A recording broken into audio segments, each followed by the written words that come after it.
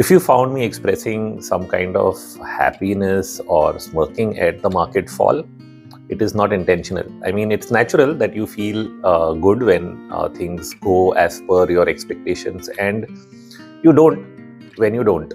And one of the lessons to take away from this is that it applies to position sizing, right? Position sizing means that when you're right, you trade more or you invest more, you act more. When you're wrong and you realize that things are not going well, you reduce your activity. The same can be true in terms of your activity on social media, in terms of your posts, in terms of your commentary, and it can be in terms of your actual trading and investing activity. So it reflects, and that's a very, very natural thing because nobody is right 100% of the time in the market. You have to change the pace at which you do things based on what you're going through. So this is nature, and if people expect you to be right every time, then forget it. It's not going to happen. You can be right sometimes in one direction, other direction, and zigzagging markets are the most difficult, like the first 6 to 8 months of last year, before the elections, where it was in a very narrow range. We could pick a lot of the lows, but still I would say it wasn't the easiest because range-bound markets are where drawdowns happen for trend-based systems. Now, having spoken a lot of the technicality, let's get down to what the market is telling us. For today, overnight, the US markets were sort of flattish, but the Nasdaq was down.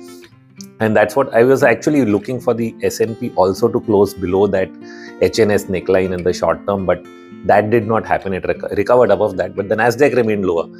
Now, the Nasdaq doesn't have a very similar pattern than the S&P, so irrespective, I think the breaking down of tech stocks in the US is finally rubbing off on Indian tech stocks. Maybe today's sell-off is mostly because of HCL Tech results, but every result is not going to be the same, right? You cannot make, say, TCS is equal to the entire sector. And if you look at the sector chart, the Nifty IT index stopped exactly at 61.8%. So I think that's where the selling is now coming in. That was the last sector to sell off. And similarly, when you look at mid and small caps, indices, they had fallen the hardest recently. And the Nifty is falling less. So that is where I'm a little dissatisfied that, okay, why is it Nifty falling like the mid and small cap indices? So maybe directionally I'm right, but Nifty is not yet satisfying.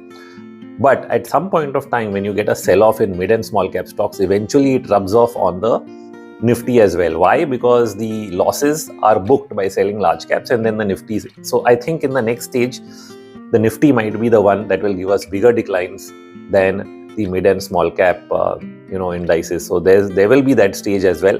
It's probably coming because bond yields are still rising. Look at the Indian 10-year GSEC today. Again, it is higher even as the market is trying to bounce. So these are things to watch out for.